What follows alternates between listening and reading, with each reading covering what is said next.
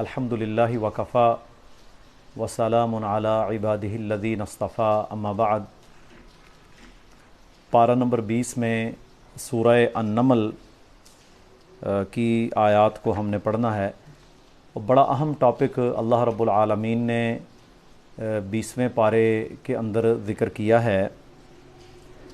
سورہ النمل یہ 19ویں پارے سے ہی شروع ہو جاتی ہے، لیکن 20ویں پارے میں اللہ سبحانہ و تعالی نے ایک بڑا ہی زبردست اسلوب یعنی انداز اختیار کیا ہے لوگوں کو اپنی توحید سمجھانے کے حوالے سے۔ اچھا یہ سمجھیں، یہ بنیادی طور پر کیونکہ مشرکین مکہ پر اللہ کے پیغمبر علیہ الصلاۃ والسلام جب یہ آیات پڑھتے تھے تو آپ دیکھیں کہ ان کو کس طرح لاجک کے ساتھ اللہ رب العزت توحید کی دعوت دے رہے ہیں، جو کہ ہماری بنیاد ہے۔ تو 20ویں پارے کے آغاز میں اللہ نے فرمایا امن خلق السماوات والارض، ان سے پوچھیں کہ زمین اور آسمان کا پیدا کرنے والا کون ہے۔ اب دیکھیں نا، یہ سوالیہ نشان ہے۔ پھر فرمایا وَأَنزَلَ لَكُم مِّنَ السَّمَاءِ مَاءً، آسمانوں سے پانی برسانے والا کون ہے۔ اب دیکھیں آج بارش ہو رہی ہے جیسے۔ پھر فرمایا فَأَنبَتْنَا بِهِ حَدَائِقَ ذَاتَ بَهْجَةٍ مَا كَانَ لَكُمْ أَن تُنبِتُوا شَجَرَهَا، کہ یہ بہت سارا سبزہ اگانے والا کون ہے۔ یہ لوگ جو نہیں مانتے یہ تو ایسا نہیں کر سکتے۔ أَإِلَٰهٌ مَّعَ اللَّهِ، کیا پھر بھی یہ اللہ کے ساتھ دوسروں کو معبود بناتے ہیں۔ اب دیکھیں، پہلے اللہ نے اپنی حکمتیں قدرتیں بیان کیں اور لوگوں کو لاجواب کیا کہ اللہ ہی بارش برساتا ہے، اللہ ہی خالق ہے، وہی پیدا کرنے والا ہے، وہی سبزے اگانے والا ہے۔ تو اللہ کہتا ہے اگر خالق اور مالک میں ہوں تو اِلٰہٌ مع اللہ، تم میرے ساتھ پھر دوسروں کی عبادت کیوں کرتے ہو۔ دوسری پھر آگے جو آیت ہے اس میں اللہ نے فرمایا امن جعل الارض قرارا، ان سے پوچھو کہ زمین کو قرار دینے والا کون ہے۔ پتہ جب زمین اللہ نے پیدا کی نا، یہ ہلتی تھی تو اللہ سبحانہ و تعالیٰ نے پہاڑوں کو میخوں کی طرح اس میں ٹھونک دیا، جیسے کہ سورہ النبا کے اندر 30ویں پارے میں اللہ رب العزت نے فرمایا کہ والجبال اوتادا، ہم نے پہاڑوں کو میخوں کی طرح گاڑ دیا تو زمین تھم گئی۔ تو فرمایا کون ہے جس نے زمین کو قرار دیا، وجعل خلالہا انہارا، اور کون ہے جس نے نہروں کو دریاؤں کو جاری کیا، وجعل لہا رواسیا، اور کون ہے جس نے سمندروں کو دریاؤں کو جاری کیا، وجعل بین البحرین حاجزا، اور کون ہے جس نے دو دریاؤں کے درمیان پردہ پیدا کر دیا۔ اب دیکھیں ھذا عذب فرات، ایک طرف میٹھا ہے اور ایک طرف کڑوا ہے، یہ اللہ کا نظام ہے۔ تو اللہ یہ ساری اپنی حکمتیں بتا رہا ہے کہ کون ہے جو ایسا کرتا ہے۔ اِلٰہٌ مع اللہ، کیا تم پھر بھی اللہ کو چھوڑ کر غیر کے سامنے جھکتے ہو۔ بل اکثرہم لا یعلمون، تم میں سے اکثر وہ ہیں جو علم نہیں رکھتے۔ اس طرح آگے یہ بڑی اہم آیت ہے، فرمایا امن یجیب المضطر اذا دعاہ، آپ ان سے پوچھیں کہ جب تم پر کوئی مشکل آتی ہے تو کون ہے جو تمہاری مشکل کو آسان کرتا ہے، ٹھیک ہے۔ وَيَكْشِفُ السُّوءَ، اور کون ہے جو تم سے برائی کو ہٹا دیتا ہے۔ یکشفو، کاشف کا مطلب ہوتا ہے کھولنا، ٹھیک ہے۔ کون ہے جو برائی کو تم سے کھول دیتا ہے۔ وَيَجْعَلُكُمْ خُلَفَاءَ الْأَرْضِ، اور کون ہے جو تمہیں ایک دوسرے کا آگے ماتحت خلیفہ بناتا جاتا ہے۔ دیکھیں نا، اللہ کے نبی صلی اللہ علیہ وسلم، پھر ان کے خلفاء، پھر آگے خلفاء، اولاد، باپ ہوتا ہے، اولاد ان کے پیچھے چلتے۔ کون ہے جو تم کو یہ سارے عہدے دیتا ہے۔ فرمایا کہ اِلٰہٌ مع اللہ، کیا تم پھر بھی اللہ کے ساتھ دوسروں کی عبادت کرتے ہو۔ قلیلا ما تذکرون، تم میں سے بہت کم ہیں جو نصیحت پکڑتے ہیں۔ امن یہدیکم فی ظلمات البر والبحر، کون ہے جو تری اور خشکی کے اندھیروں میں تمہیں ہدایت دیتا ہے۔ اب دیکھیں یہ اللہ کی ساری تعریف ہے۔ 20واں پارہ جہاں سے آغاز ہو رہا ہے نا، پڑھیں تو صحیح ذرا، کون ہے جو تمہیں اندھیروں کے اندر اور تری خشکی کے اندر اللہ تمہیں ہدایت عطا فرماتا ہے، راستے دکھاتا ہے۔ اور اللہ نے فرمایا وَمَن یرسل الریاح بشرا بین یدیہ رحمتی، اور کون ہے جو ہواؤں کے اندر تمہارے لیے خوشخبریاں بھیج دے۔ دیکھیں نا، ہوائیں آئی، پھر بارش آ گئی، پھر اللہ تعالیٰ نے رحمتیں برسائیں، پھر پودے اگ گئے۔ یہ رب بھی کرتا ہے نا۔ آپ جتنا جی چاہے پانی زمین سے کھینچ کے فصلوں کو لگا لیں، پانی کا لیول نیچے چلا جائے گا لیکن وہ سیراب نہیں ہوں گی۔ کسانوں سے ہم نے پوچھا تو وہ کہتے ہیں بارش ہو جائے تو ایک ہفتہ ہم سکون میں آ جاتے ہیں، زمین اندر تک تر ہو جاتی ہے، ہم زمینی پانی کھینچ کھینچ کے لگاتے رہیں 24 گھنٹے میں فارغ۔ بات یہ ہے، رحمت ہے نا، اس میں برکت ہے۔ تو میرے بھائیوں اس طرح یہ آیتیں چلتی جاتی ہیں آگے سورہ النمل کی۔ اس میں بنیادی طور پر جو نقطہ سمجھانے کے قابل ہے وہ یہ ہے کہ اللہ رب العالمین نے یہاں پر دلیل کے طور پر اپنی توحید ربوبیت کو پیش کیا ہے۔ اچھا، توحید ربوبیت کیا ہے؟ توحید ربوبیت ہے اللہ کو رب ماننا، خالق، مالک، رازق، پیدا کرنے والا، دنیا کا نظام چلانے والا، دن رات کو لانے والا، موسموں کو بدلنے والا، شفا دینے والا، ہدایت دینے والا، فتح اور شکست کا مالک، یہ صرف اللہ ہے۔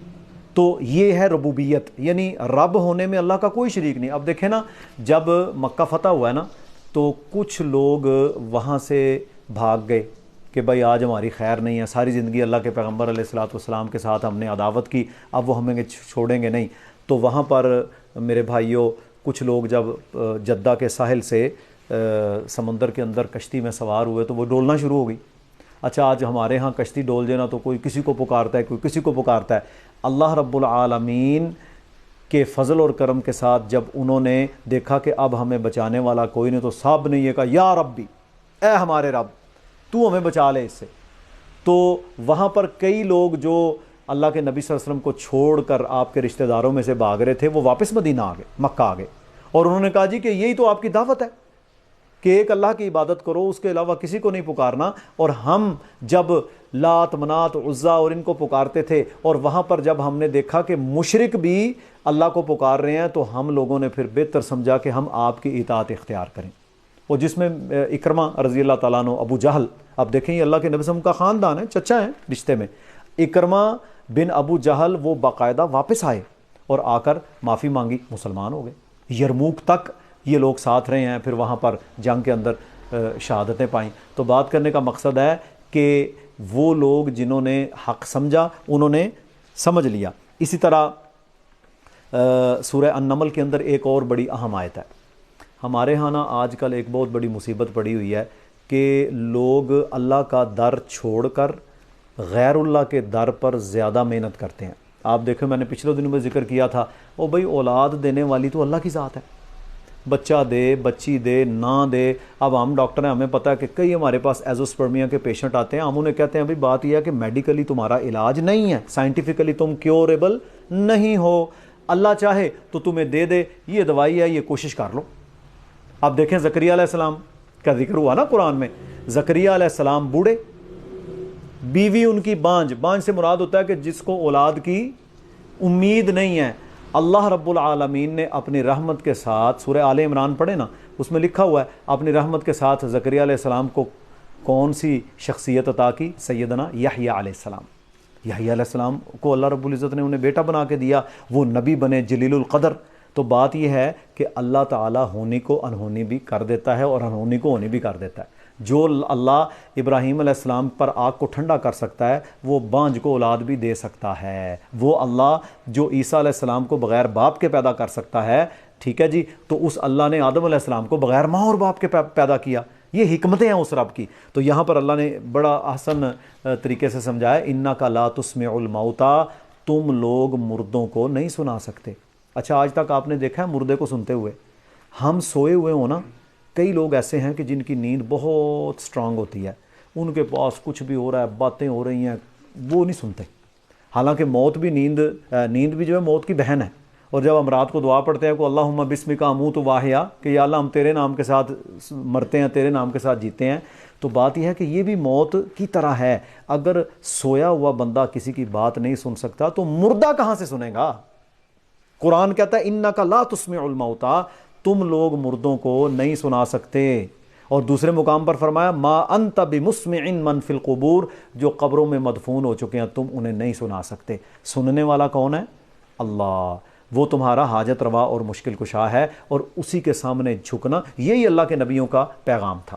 تو اللہ نے یہاں پر یہ بھی بیان کیا ہے۔ اسی طرح سورہ القصص کا آغاز ہوا۔ اچھا، یہاں پر نا ایک اور بڑی اہم بات اللہ رب العالمین نے ذکر کیا ہے، ہدایت دینا صرف اللہ کا اختیار ہے۔ جتنے نبی آئے نا ہزاروں کی تعداد میں، ان کا کام کیا تھا؟ اللہ کا پیغام لوگوں تک پہنچانا۔ ان کا کام تھا اللہ کے حکموں پر عمل کر کے لوگوں کو دکھانا، بس اپنے مشن کے لیے، اپنے اس دعوت کے لیے، اسلام کے لیے قربانیاں دینا۔ انہوں نے یہ کام کما حق ہو نبھایا، قربانیاں بھی دیں، شہادتیں بھی ہوئیں، بڑا کچھ ہوا، وہ ہم سب جانتے ہیں۔ لیکن اللہ نے یہاں پر فرمایا ہے اِنَّكَ لَا تَهْدِي مَنْ أَحْبَبْتَ، اے میرے پیارے پیغمبر علیہ الصلاۃ والسلام، آپ جسے چاہیں ہدایت نہیں دے سکتے۔ اب دیکھیں نا کچھ خاصے اللہ کے ہیں، جیسے کہ اللہ نے اللہ کے پیغمبر صلی اللہ علیہ وسلم کو قیامت کا ذکر کسی کو نہیں بتایا، قیامت کے بارے میں سوائے اللہ کے کوئی نہیں جانتا۔ حتیٰ کہ جبریل علیہ السلام نے جب آ کر اللہ کے پیغمبر علیہ الصلاۃ والسلام سے پوچھا تو فرمایا میں آپ سے زیادہ نہیں جانتا۔ تو انہوں نے پوچھا کہ چلیں اس کی نشانیاں ہی بیان کر دیں۔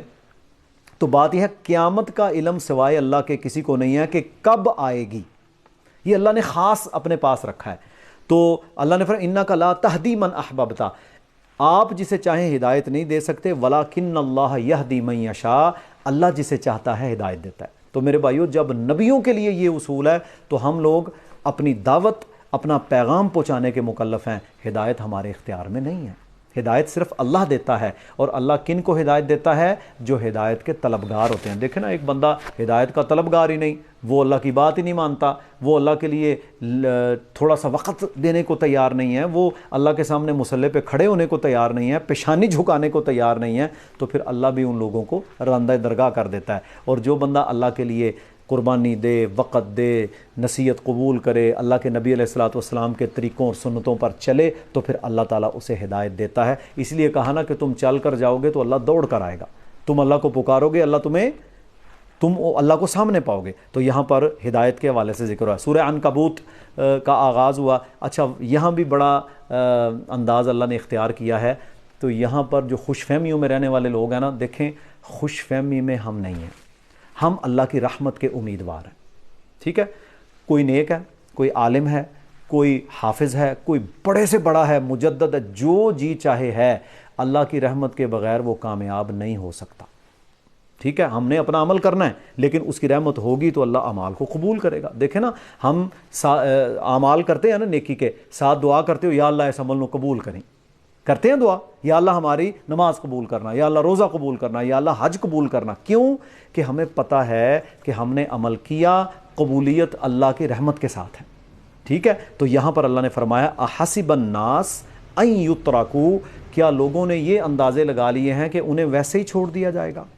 اب یہاں پر خوش فہمیوں میں رہنے والوں کے لیے بڑا نمونہ ہے، احسب الناس ان یترکوا، کہ کیا لوگوں نے یہ سمجھ لیا ہے کہ انہیں ویسے ہی چھوڑ دیا جائے گا؟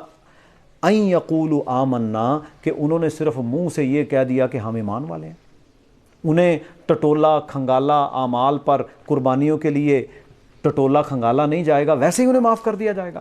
تو یہ بھی ایک بڑی سمجھنے والی بات ہے کہ صرف منہ سے ایمان کا دعویٰ کر لینا کافی نہیں ہے، ایمان کا دعویٰ یعنی کلمہ طیبہ کا اقرار کرنے کے بعد اللہ کے حکموں کو ماننا بھی لازم ہے۔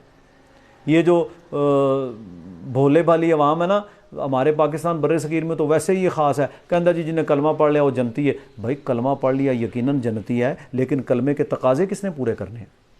کلمہ طیبہ ہم سے کیا ڈیمانڈ کرتا ہے؟ اللہ ہم سے کیا ڈیمانڈ کرتا ہے؟ اللہ کے نبی صلی اللہ علیہ وسلم کے طریقے کہ کون ان پر عمل کرے گا؟ انہوں نے دیکھیں 23 سال کی زندگی میں سوائے قربانیوں کے کچھ ہے؟ مکہ مکرمہ سے لے کر مدینہ منورہ تک پیارے پیغمبر علیہ الصلوۃ والسلام اور آپ کے ساتھی، آپ کے اہل بیت، سب قربانیاں بھری پڑی ہیں۔ تو میرے بھائیوں، اگر یہ سارا ہی آسان ہوتا، گھر میں بیٹھ کر ہی سب کچھ مل جاتا، تو ایسے نہ ہوتا۔ اب دیکھیں سب سے پہلے نمبر پر شہید ہونے والی کون تھی؟ سیدنا عمار ابن یاسر رضی اللہ تعالی عنہ کی والدہ سمیہ رضی اللہ تعالیٰ عنہ۔ کتنا بڑا مقام ہے، اور ان کے والد یاسر رضی اللہ تعالیٰ عنہ سب سے پہلے شہداء ہیں اسلام کے، اور ان لوگوں کے اندر تلواریں اور تیروں کے ساتھ انہیں زخمی کر کے شہید کیا گیا، لیکن وہ لوگ باز نہیں آئے اسلام سے۔ اور اللہ کے نبی نے کیا فرمایا تھا حضرت عمار سے؟ فرمایا اصبروا یا آل یاسر، اے یاسر کی اولاد آپ صبر کریں، انشاءاللہ آپ کے لیے جنت ہے۔ تھوڑا مقام ہے لیکن قربانی۔ حضرت بلال پر کتنے ظلم ہوئے، حضرت سلمان الفارسی پر کتنے ظلم ہوئے، یعنی یہ وہ لوگ ہیں کہ جن لوگوں نے اپنی زندگیاں وقف کی تھی دین کے لیے۔ تو بات یہ ہے کہ اگر وہ لوگ بھی اتنی بڑی قربانیوں کے بعد کامیاب ہیں تو ہم کہاں کھڑے ہیں؟ تو ہم اللہ کی رحمت کے امیدوار ہیں کہ اللہ تعالی ہمیں عمل کی توفیق دے۔ اسی طرح سورہ عنکبوت کے اندر اللہ نے ان لوگوں کا ذکر کیا ہے جو لوگ نا متکبر تھے اور انکار کرنے والے. اچھا یہ انکار کرنے والے جو تھے نا یہ آدم علیہ السلام کے بعد ہر نبی کا انکار کرنے والے زیادہ تھے. اب دیکھیں نا نوح علیہ السلام وہ نبی ہیں جنہوں نے 950 سال لوگوں کو دعوت دی اسلام کی, ٹھیک ہے, 1300 سال کے قریب ان کی عمر ہے. اچھا 950 سال لوگوں کو اسلام کی دعوت دینے کے بعد 70 یا 80 بندے مسلمان ہوئے. اندازہ کریں کتنی لمبی محنت ہے. یعنی ہمارے نبی علیہ السلام سے لے کے اب تک 1400 کچھ سال ہوئے ہیں, 1445 سال, اور وہ 950 سال تک ایک نبی ان کو سمجھاتے رہے ہیں لیکن اکثریت نہیں مانی. ٹھیک ہے, یہ محنت ہے. تو فرمایا وَإِن تُكَذِّبُوا فَقَدْ كَذَّبَ أُمَمٌ مِّن قَبْلِكُمْ. یہ لوگ اس طرح آپ کا انکار کر رہے ہیں, یہ مشرکین مکہ کو جب اللہ کے نبی دعوت دیتے تھے نا, فرمایا یہ اس طرح آپ کا انکار کر رہے ہیں جیسے پہلی قوموں کے لوگوں نے انکار کیا تھا. وَمَا عَلَى الرَّسُولِ إِلَّا الْبَلَاغُ الْمُبِينُ. آپ ہماری طرف سے رسول ہیں, آپ پر پہنچا دینا اور اوپن کھلی کھلی باتیں لوگوں کو بتا دینا ہے.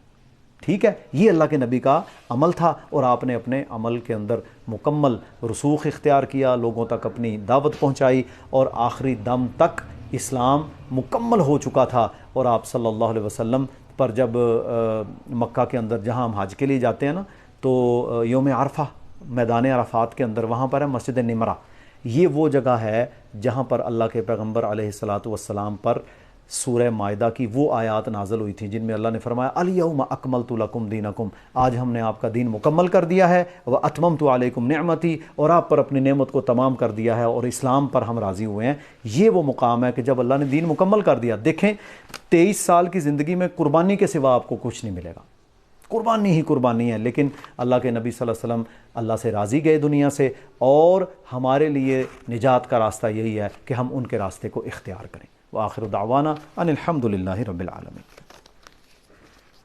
ڈاکٹر صاحب جو شرک کرتا ہو ہمیں پتہ بھی ہو شرک کرتا ہے, اس کو سلام کر سکتے ہیں؟ دیکھیں پتہ کیا ہے, جہالت عام ہے. اس جہالت والے معاشرے میں ہم لوگوں کے ساتھ اگر نفرت آمیز رویہ رکھیں گے تو کیا ہوگا, ان کو قرآن سنانے کا راستہ بند ہو جائے گا. ٹھیک ہے, تو بھائی وہ کلمہ پڑھا ہوا ہے, وہ اپنی جہالت, کم علمی یا کسی وجہ سے وہ بدعمالیاں کر رہا ہے تو آپ اس کے ساتھ اچھا انداز اختیار کریں. جب تک وہ کلمہ پڑھتا ہے ظاہراً کفر نہیں کرتا. دیکھیں نا ہندو یہودی ہے غیر مسلم, اس کو تو سلام کرنے کی اجازت ہی نہیں ہے ہمیں, لیکن جب تک وہ دائرہ اسلام کے اندر آپ اسے سلام کریں لیکن ساتھ اس کو دعوت دیں. خود نہیں بول سکتے, کوئی قرآن ہی کھول کے سامنے رکھ دیں, یار یہ مجھے پڑھنا نہیں آتا ذرا یہ مجھے پڑھ کے سنا دینا. اب دیکھیں یہ میں نے سورہ نمل کی آیات پڑھی, آپ کسی بھی مسلک کا ترجمہ لے لیں, ہم یہ نہیں کہتے, کوئی ہے بریلوی ہے شیعہ ہے کسی کا ترجمہ لے لے, انہوں کہا یار تو کھول کے پڑھتے صحیح, ترجمے میں کوئی نہیں اتنی ڈنڈی مار سکتا, قرآن ہے عربی ہے. ٹھیک ہے, امن خلق السماوات والارض, یہ بالکل ایزی جملے ہیں. اچھا وہ جب ایک صفحہ پڑھے گا نا تو انشاءاللہ کلک ضرور ہوگا کیونکہ پیغام الہی ہے. ٹھیک ہے, تو دعوت کا راستہ نہیں بند کرنا انشاءاللہ. ہاں جو بندہ شرک میں کفر کے اندر اعلانیہ طور کے اوپر بغاوتیں کرتا ہے اور باز نہیں آتا اور لوگوں کو گمراہ کرتا ہے, پھر ایسے بندے کو اوائڈ کرنا چاہیے, کیونکہ ظاہر ہے وہ بندہ آپ کو بھی پھر گمراہ کرے گا. لیکن عامت الناس کے ساتھ رویہ ہمارا دعوتی ہونا چاہیے اور ان کو اپنے سے دور نہیں بھگانا چاہیے. دیکھیں نا اللہ کے نبی صلی اللہ علیہ وسلم کو اللہ تعالیٰ نے مخاطب کر کے کیا کہا تھا کہ اے نبی اگر آپ ان کے ساتھ سخت زبان استعمال کرتے تو یہ لوگ بھاگ جاتے. تو اللہ کے نبی نے بھی ان کے ساتھ احسن رویہ اختیار کیا. ٹھیک ہے, تو ہم نے بھی احسن رویہ اختیار کرنا ہے. جب تک وہ زندہ ہے کوشش کرنی ہے کہ یہ آگ سے بچ کر دین پر آ جائے. قبلے کی طرف تھوکنا, ہاں قبلے کی طرف تھوکنا. دیکھیں بیت اللہ وہ جگہ ہے جو مسلمانوں کے لیے قبلہ ہے, ہم اپنی نمازیں اس طرف منہ کر کے ادا کرتے ہیں. اللہ کے نبی علیہ الصلاۃ والسلام نے منع فرمایا کہ قبلے کی طرف جو تھوکے گا قیامت کے دن اس کے اوپر داغ ہوگا اس کے چہرے پہ. اور اسی طرح ایک شخص وہ جو امام تھا کسی محلے کا, دیکھا کہ وہ قبلے کی طرف لا علمی کی بنیاد پر یا ویسے ہی تھوک رہا ہے، تو آپ صلی اللہ علیہ وسلم نے یہ حکم نامہ جاری فرمایا کہ آج کے بعد اس کو امامت کے مصلے پر کھڑا نہ کرنا۔ دیکھیں نا بیت اللہ ہے، ہم جناب منہ کر کے ادھر تھوکنا شروع ہو جائیں، تو یہ ایک تعظیم کے خلاف ہے کہ وہ اللہ تعالیٰ نے مقام مقرر کیا، وہاں پر ہم حج اور عمرے کے لیے جاتے ہیں، وہاں پر ہم نمازوں کے اندر منہ کر کے نماز پڑھتے ہیں، اور یہ وہ قبلہ ہے کہ جو سب سے پہلی مسجد، یہ یاد رکھ لیں، اس دنیا میں سب سے پہلا اللہ کا گھر کون سا تعمیر ہوا؟ بیت اللہ۔ اور یہ جو بیت اللہ ہے نا، یہ ابراہیم علیہ السلام سے پہلے ہی تعمیر ہو چکا تھا آدم علیہ السلام کی طرف سے، لیکن اس کے نشان ختم ہو چکے تھے۔ ابراہیم علیہ السلام نے دوبارہ اس کو انہی بنیادوں پر اللہ کے حکم سے تعمیر کیا تھا، ٹھیک ہے، اور اس سے 40 سال کے بعد مسجد اقصیٰ بنی ہے۔ یہ جو آغاز ہوا ہے، تو پہلا جو اللہ کا گھر ہے وہ کون سا ہے؟ وہ بیت اللہ ہے مکہ مکرمہ کے اندر، اور شروع سے ہی یہ بابرکت جگہ رہی ہے، تو اس لیے قبلے کی طرف تھوکنا یہ بالکل جائز نہیں ہے۔ جس کو علم نہیں ہے اس کو سمجھائیں، انشاءاللہ وہ مان جائے گا۔ نماز میں ریاکاری کرنے سے شرک ہوتا ہے؟ دیکھیں ریاکاری یہ ہوتی ہے کہ ایک بندہ نماز پڑھ رہا ہے، اچھا پہلے تو ہم ڈھیلے ڈالے انداز سے جو ہوتا ہے، بندہ نماز پڑھ رہا ہے، اللہ کے ساتھ ہی اس کا معاملہ ہے، اچھا وہ بندہ، اس کو یہ پتہ چلتا ہے کہ کوئی بندہ آ گیا ہے، ٹھیک ہے جی، کوئی گھر میں آ گیا ہے یا کوئی مسجد میں آ گیا ہے، تو وہ بندہ اپنی نماز کو اس بندے کو دیکھ کر پہلے سے بہتر پڑھنا شروع کر دے، ٹھیک ہے، کیونکہ نماز کس کے لیے ہے؟ اللہ کے لیے، کسی بندے کے لیے تو نہیں ہے نا عبادت۔ اچھا وہ جب نماز کو کسی دوسرے کی وجہ سے پہلے سے بہتر پڑھنا شروع کرے گا، اس کو بولتے ہیں ریاکاری، اور یہ ہے شرک اصغر، ٹھیک ہے، بہت خطرناک ہے، بہت یہ اعمال کی بربادی کا۔ اسی طرح کوئی بھی عمل ہے، مثلا کئی بندے ہوتے ہیں نفلی روزہ رکھا ہونا، تو وہ ویسے ہی دنیا کو بتائیں، او جی میں جی روزے نہ آ جاؤ، او بھائی اللہ کے بندے، تو نے جس کے لیے روزہ رکھا ہے تو چھپا۔ ہاں فرض روزہ جو ہے اس کے اندر ریاکاری اس لیے نہیں ہوتی کیونکہ یہ سب نہیں رکھا ہوا ہے، ٹھیک ہے، تو یہ ہے کہ نماز کو کسی بندے کے لیے پہلے سے خوبصورت پڑھنا شروع کر دینا یہ بالکل جائز نہیں ہے۔ آپ اپنے انداز سے پڑھیں، اور اگر خوبصورت پڑھنا ہے تو اپنے اللہ کے لیے پڑھیں، پھر قبول ہوگی۔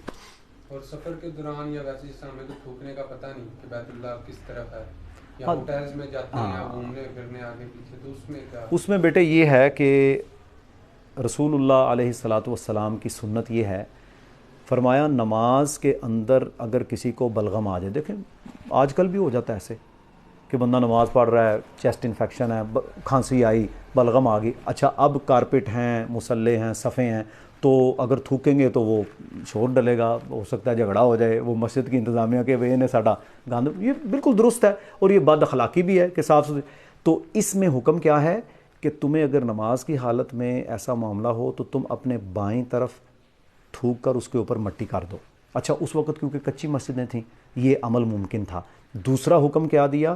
فرمایا کپڑے کے اندر اسے، یعنی وہ کپڑے میں تھوک لو۔ تھوک جو ہوتا ہے نا منہ سے نکلنے والا، یہ ناپاک نہیں ہوتا، یہ پیشاب نہیں ہے، یہ پاک ہے، ظاہر ہے منہ کے اندر سے آ رہا ہے، تو تھوک ناپاک نہیں ہوتا، یہ یاد رکھ لیں۔ تو اس کو کپڑے کے اندر لے لو۔ آج کل اس کی بہترین نعم البدل ہے ہمارے لیے ٹشو، تو یعنی آپ کے پاس کوئی آپشن نہیں ہے تو آپ ٹشو کے اندر اسے لے لیں۔ مثلا اگر کوئی ہوٹل میں ہے، سفر میں ہے، اسے قبلہ رخ کا نہیں پتہ، تو وہ ویسے ہی گاڑی سے منہ باہر نکال کے تھوکنے کی بجائے، اچھا اس میں ایک تو بدخلقی ہے، دوسرا یہ ہے کہ پیچھے کوئی شیشہ کھلا ہوا جا رہا ہے، ہو سکتا ہے بیچارے ان کے منہ کے اوپر جا کے پڑے، اچھا ہو سکتا ہے کہ کسی کی سکرین کے اوپر جا کے تھوک پڑے۔ دیکھیں یہ ریالٹیز ہیں، ہوا ہے ایسا۔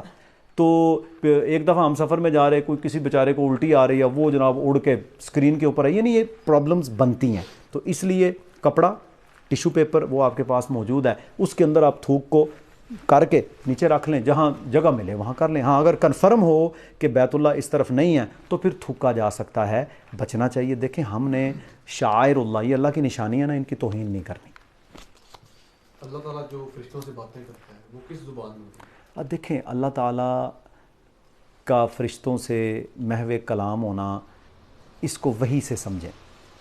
وحی الہی کے مختلف طریقے تھے جس کے ذریعے سے اللہ رب العالمین کا پیغام نبیوں تک پہنچتا تھا۔ اچھا ایک تو جبریل علیہ السلام لوح محفوظ سے پڑھ کر آتے، ایک رسول اکرم صلی اللہ علیہ وسلم کو سخت پسینہ آتا، ایک گھنٹی کی آواز آتی، اس طرح وہی آ جاتی، یعنی مختلف انداز ہیں۔ تو وہ اللہ کے علم میں ہے کہ اللہ تعالیٰ ان سے کیسے کلام کرتا ہے، اور وہ جیسے چاہے کلام کرے، کیونکہ ان چیزوں کا نص موجود نہیں ہے قرآن و حدیث کے اندر، تو ہمیں کوئی قیاس رائیاں کرنے سے اجتناب کرنا چاہیے۔ ہمیں اللہ کے حکم پر توجہ دینی ہے، نہ کہ ان باتوں کی طرف کہ آپ دیکھیں نا، ایک بندہ آیا اللہ کے نبی صلی اللہ علیہ وسلم کے پاس، تو آ کے پوچھتا ہے یا رسول اللہ علیہ الصلوۃ والسلام قیامت کب آئے گی؟ اب دیکھیں نا یہ سوال وہ کر رہا ہے قیامت کب؟ اللہ کے نبی علیہ الصلوۃ والسلام نے فرمایا مجھے یہ بتائیں آپ نے اس کی تیاری کیا کی ہے؟ اصل مقصد یہ ہے، جب بھی آئے گی وہ آئے گی، یہ ہمارا ایمان ہے نا، ایمان آخرت پر کہ بھئی قیامت آنی ہے. اچھا کب آئے گی یہ تیرا مقصد ہی نہیں، تو بتا تو نے اس کی تیاری کیا کی ہے. تو اس لیے یہ زبانیں یا اس کا کسی صحیح روایت کے اندر بالتفصیل ذکر نہیں ہے. ہاں لوح محفوظ عربی کے اندر ہونا اور یہ چیزیں بہرحال شامل. اب دیکھیں نا اللہ کے نبی صلی اللہ علیہ وسلم جب معراج پر گئے، پہلے آسمان، ساتوں آسمانوں پر مختلف نبیوں سے ملاقات ہوئی. اچھا ان میں سارے نبی عربی بولنے والے نہیں تھے، عبرانی بولنے والے بھی تھے، ٹھیک ہے جی. تو ان کے ساتھ جب ہم کلام ہوئے تو کس زبان میں ہم کلام ہوئے یہ نہیں پتہ.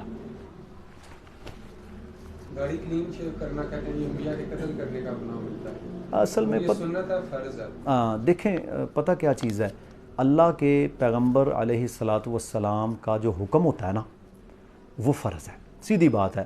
اللہ نے قرآن میں ہمیں کہا ہے وما آتاکم الرسول فخذوہ، میرے نبی جو تمہیں دیں وہ لے لو، وما نہاکم عنہ فانتہوا، جس بات سے منع کریں اس سے رک جاؤ.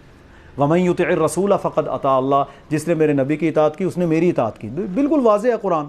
تو اللہ کے نبی صلی اللہ علیہ وسلم کا حکم ہے کہ تم وعفوا اللحیٰ، داڑیاں بڑھاؤ، مونچھیں ترشواؤ. اب آپ دیکھیں گے کہ جتنے عقل والے علم والے علماء ہیں وہ داڑھی رکھتے ہیں. کلین شیو یہ بنیادی طور کے اوپر کفار کی مشابہت ہے، ٹھیک ہے، یہ ان کا کام ہے. اب آگے داڑھی چھوٹی ہے، ایک بالشتہ ہے، کچھ لمبی رکھتے ہیں، اور یہ تقریباً ہر مکتبہ فکر کے اندر ایسے لوگ موجود ہیں، یہ نہیں کہ کسی خاص میں، ہر مکتبہ فکر کے اندر. تو وہاں پر کچھ لوگ چھوٹی داڑھی رکھتے ہیں، کچھ لوگ بڑی رکھتے ہیں. تو ہم تو یہ سمجھتے ہیں کہ داڑھی کو معاف کرنا چاہیے، اس کو اس کی حالت پہ چھوڑ دیں، شیو نہ کریں تو وہ زیادہ بڑھے گی نہیں، آپ ٹینشن فری ہو جائیں گے. کچھ لوگ ہیں وہ ایک بالش پکڑ کے وہ نیچے سے کاٹ دیتے ہیں، کچھ لوگ ہیں وہ چھوٹی رکھتے ہیں، خط و کتابت کرواتے ہیں. تو یہ مختلف لوگوں کے انداز ہیں. داڑھی رکھنی چاہیے، سمجھنا چاہیے اسے. میں تو اس میں ایک بات جانتا ہوں کہ جب کسریٰ نے، جو ایرانی تھا نا اس وقت کا آتش پرست، اس نے اللہ کے نبی علیہ السلام کے پاس جب ایلچی بھیجے تو وہاں پر اس وقت جو کسریٰ تھا وہاں پر تھا مونچھیں رکھو تو داڑیاں چاٹو، جس طرح ہمارے پنجاب میں ہیں جی مونچھ نہیں تو کچھ نہیں. تو اس نے جب اپنے 2 ایلچیوں کو بھیجا تو اللہ کے پیغمبر علیہ الصلاۃ والسلام نے دیکھا تو ان کے انداز ہی الگ تھے. مدینہ میں تو یہ ماحول نہیں تھا.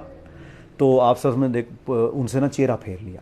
یہ البدایہ والنہایہ تاریخ طبری کے اندر بھی موجود ہے. تو چہرہ پھیرا تو انہوں نے پوچھا جی کیا ہوا ہے؟ انہوں نے کہا مجھے یہ بتاؤ تمہیں کس نے یہ حکم دیا ہے یہ حلیہ بنانے کا، یعنی لمبی مونچھیں اور داڑھی چاٹ؟ فرمایا ہمارے رب کسریٰ نے. وہ آپ کو پتہ ہے ان کو رب مانتے تھے. تو نبی صلی اللہ علیہ وسلم نے وہاں پر فرمایا کہ میرے اللہ نے مجھے حکم دیا ہے کہ میں اپنی داڑھی کو معاف کروں اور مونچھیں پست کروں. پست سے مراد یہ ہے کہ انہیں کاٹ لوں.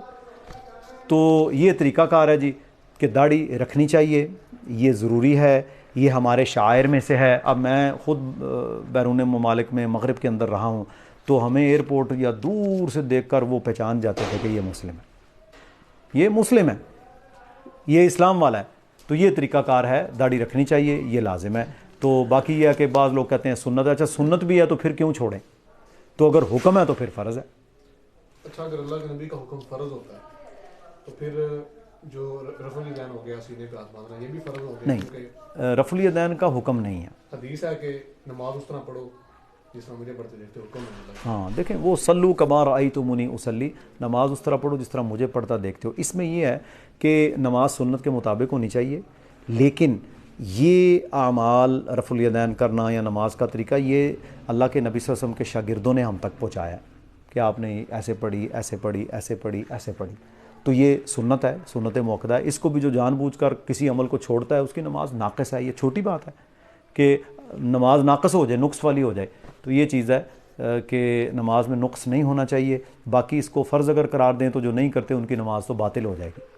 تو یہ خطرناک ہو جاتا ہے.